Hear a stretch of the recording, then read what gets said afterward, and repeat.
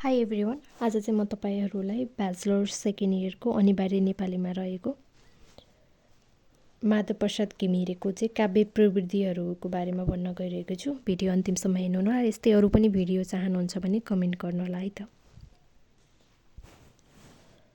नेपाली कविताको समसामयिक धारालाई निश्चित मोड दिएर हुर्काउने कवि माधव घिमिरे नेपाली काव्य वाटिकाका प्रतिभाशाली कविद्वय लक्ष्मीप्रसाद देवकोटाका स्वच्छन्दतावाद र लेखनाथीय परिष्कारवादीका उत्तराधिकारी हुन्। प्रज्ञा प्रतिष्ठानको सदस्य उपकुलपति हुँदै कुलपति समेत बनेका घिमिरे फुटकर कविता, खण्डकाव्य, बालकविता,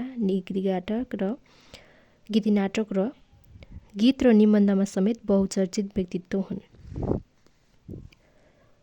माधव घिमिरे 1992 सालमा ज्ञानपुष्प प्रकाशित गराएर नेपाली साहित्यमा प्रवेश गरेका स्वच्छन्दतावादी भाव भएका परिष्कारवादी कवि हुन्।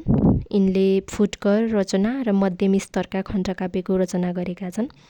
यिनले ग्रामीण प्रकृतिलाई सरल र सहज पाराले चित्रण गर्दछन्। यिनी कवितामा राष्ट्रप्रेमको चोखो र मिठो भाव पाइन्छ। त्यसैले यिनको मानवतावाद र राष्ट्रिय संस्कृतिलाई आफ्ना गीत तथा कवितामा मुक्तकण्ठले प्रशंसा गरेका छन्। त्यस्तै यिनले ऐतिहासिक महत्त्वलाई पुनरावलोकन गरेको पाइन्छ। यिनले कविताका साथै राम्रा गीतको रचना पनि गरेका छन्। यिनका गीतिनाटक र बाल कविता पनि लोकप्रिय बनेका छन्। यिनी बौद्धिकताभन्दा सरल, सहज र मनोहरी अभिव्यक्तिमा रमाउँछन्। कवि घिमिरे शास्त्रीय छन्दलाई लोकप्रिय बनाउने कवि हुन्। नेपाली साहित्यमा मुक्त छन्दको बाढी आएको बेला पनि यिनले छन्दमा कविता लेखेको पाइन्छ। प्रकृति प्रयोगमा देवकोटाको सहयात्री बन्ने घिमिरेका काव्यात्मक प्रवृत्तिलाई बुदागत रूपमा निम्नानुसार चर्चा गर्न सकिन्छ।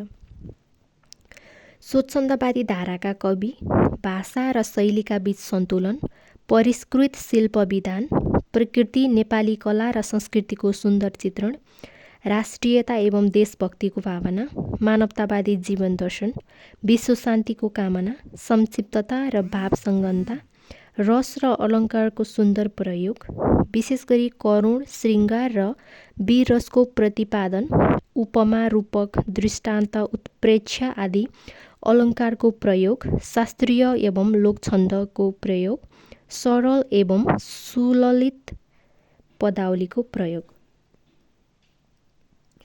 यसरी माधव प्रसाद घिमिरेका काव्यात्मक प्रवृत्तिलाई चाहिँ बुदागत रूपमा हामीले चर्चा गऱ्यौँ।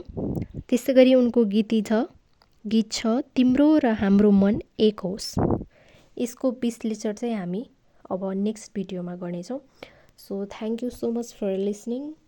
सब्सक्राइब गर्नुहोला, कमेन्ट गर्नुहोला, लाइक गर्नुहोला र अरू पनि कुनै first year second year related कुनै पनि सब्जेक्टको चाहिँ हजुरहरूलाई केही भिडियो चाहिएको छ भने चाहिँ कमेन्ट प्लिज।